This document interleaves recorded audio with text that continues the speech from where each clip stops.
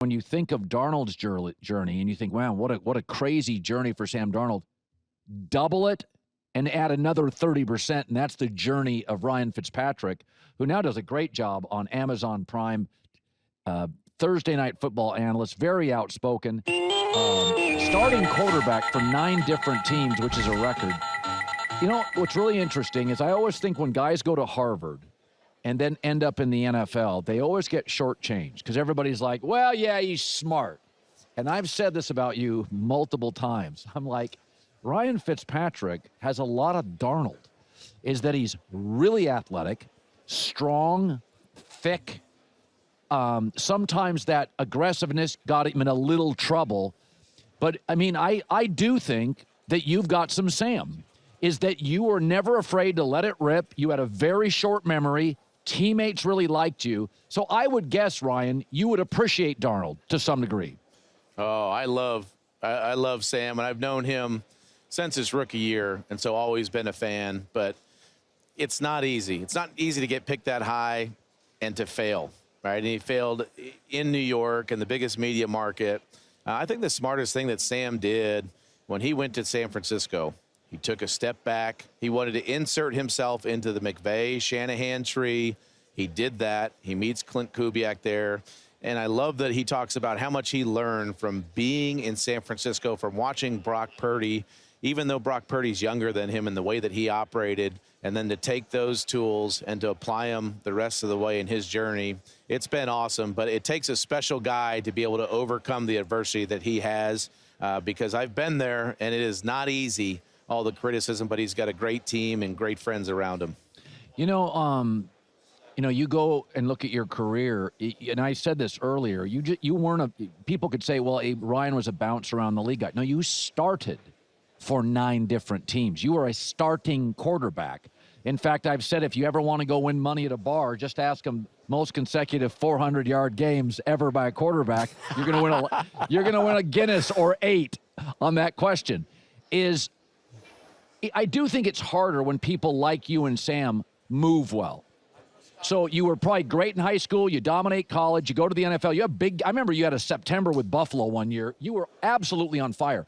What is the line that you self-manage? That you were in a game, all of a sudden, Ryan, you have hit 8 straight passes. You are feeling it. It's 72. It's Buffalo. You're beating New England. How do you turn down the governor? Because I watch Sam sometimes, and he can get a bit frenetic. But I watch him, and I'm like, sometimes I think, you got to let Sam be Sam. You had some of that. Is that a hard thing to do? Even if you respect your coach, is it hard sometimes to turn that governor down in big emotional games? Colin, I never found a way to turn it down, you know. I'll tell you, you do have to rely on your coach for a lot of that, though. I think that's why it's important that there is a previous relationship with Clint Kubiak and Sam Darnold. Clint knows Sam well, and he has to know in those moments what Sam's feeling, what Sam's going to do. There's play calls that you have dialed up for this Super Bowl that you've been working on for 2 weeks, and sometimes you've been working on them the whole year, and you just haven't had a chance to call them, that are going to get dialed up in particular moments. And when they get dialed up, Clint and Sam have already had the conversations. Look, Clint, if you call this play and it's one-on-one, we're putting it down the field. And so Clint has to know on certain situations and certain plays, if I call this, I know we're taking a shot. I know we're going to be really aggressive. So he has a better idea of how to turn it up and down with Sam as the game goes on, and it's a really important relationship, quarterback and play caller. Yeah. You overlapped with Vrabel in Houston. Mike's really bright.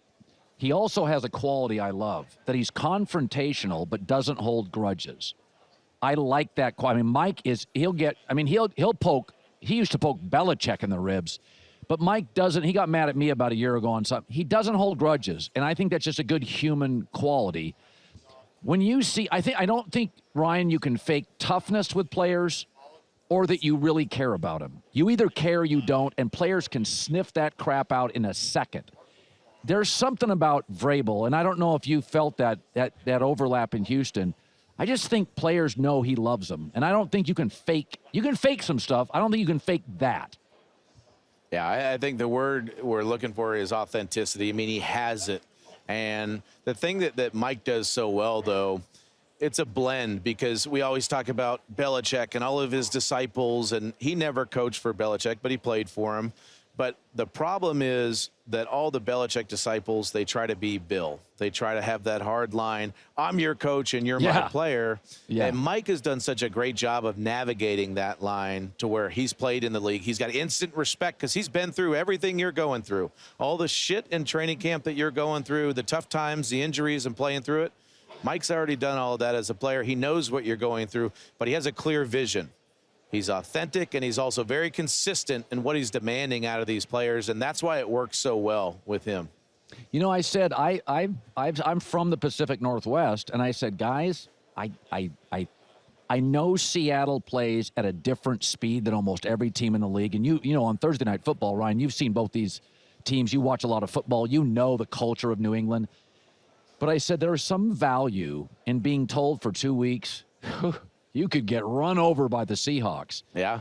And I got to tell you, I think what's happened, Ryan, is we've watched New England for a month, and they keep playing in blizzards against good defenses. So everybody now thinks Drake May and the offense stinks. And I'm like, guys, they dropped 31 on Buffalo. It's recency bias.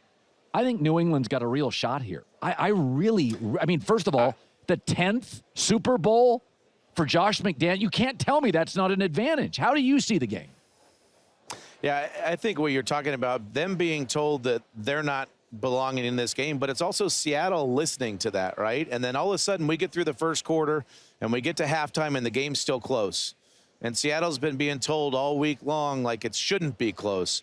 I think the big thing is going to be early in this game. When you watch that Seattle-San Fran game, we've got the kickoff return for a touchdown, and then we've got the fumble by San Fran. All of a sudden you look up at the scoreboard and Seattle's winning 17-0. Could that happen in this game? It sure could, because Seattle's that good. But I think you're right. I'm favoring and leaning towards the New England Patriots, because I think the longer this thing is a game, they're going to shorten the game on offense. Ramondre Stevenson's going to have a ton of carries. Josh McDaniels is the X factor in this game. He's been in a bunch of these. Drake May has a calmness about him when Josh is calling the plays. He's going to put him in good situations. I think the New England Patriots are going to win this game. How about that? It's so interesting about quarterbacks. They're tall, they're big, they move, their pocket. Your personality's totally different than Kirk Cousins. You know, it's just it's one of the things I love about this league. But I do think Fernando Mendoza, I'm interested on your opinion. Fernando Mendoza, I heard this once from a quarterback coach. He said, it doesn't matter what your personality is, but you can't be a chameleon. You have to be what you are. And if people think, Russell Wilson had a little bit of this where people didn't always buy the authenticity of it. You were a quirky guy, but that's who you are, and people buy that. I watched Fernando Mendoza, and I could see where a pro athlete would go, man, this is a little cringe. And I'm like, okay, he may be Mr. Rogers a little, but there's something I love about his willingness to just put it all out there. And I don't know. I mean, obviously he's a tall guy, can move. And I think his personality is an advantage, is that he seems so optimistic and grateful. And this league just beats the hell out of you. And he just looks like a guy that could go 1-16 and would be in a great – so much of this league is just keeping your head right. What do you make of him? Yeah, I do think I've never met him, but he looks real. It looks authentic. And it is easy to be happy when you win all your games, right? So I would love to see him in an adverse situation to see how that goes. But I think what players really are drawn to with quarterbacks is, are you the hardest working guy on the team? Are you somebody that's going to demand a lot of me and demand a lot of yourself? And when we go out there, I mean, people obviously love winning, but can you command a huddle? Can you sit in a huddle and make those other 10 guys believe that you're going to win this football game when they look at you in the eyes and you call play? And I think that's one of the most important things in a quarterback. Again, he had an unbelievable season. I don't know him, but I think his personality is infectious. I mean, he looks like a goober a little bit, and he's talking, but I mean, it is. Guys are going to gravitate and love it, especially if he has the work ethic to back it up. Well, you've really become You and the Amazon, I just saw Richard Sherman last night. They've put a collection of unique personalities, and you have crushed it on Amazon Prime. You really have. And I see here today, you are, and this is the most fitting advertiser of any guest I've ever had on my show. In the history of my 33-year career and Super Bowl interviews, you are doing work for the Aruba Tourism Authority, and I completely buy it. I know. Just talk about Aruba. I'm going to Anguilla. I've never gone there, so I'm in March. Tell me about Aruba. Aruba is incredible. It's great. They gave me this shirt, and I pretty much already had the same one in my closet. So, but my wife and I went, and we've got 7 kids, Colin, so very rarely are we going on a vacation with just the 2 of us. We've been married for almost 20 years, and this was one of the first times we've been off together, so it had to be a special place. They call Aruba one happy island for a reason. It has the white sand beaches, but it also has the adventure, going on the hikes, doing the natural swimming pools, doing the snorkeling. So it was very refreshing. We came back, we felt lighter, we felt happier, we felt rejuvenated, but would recommend it to anybody that's thinking about going down to a tropical place. Aruba is incredible. Well, I hope people appreciate you. You just ended up being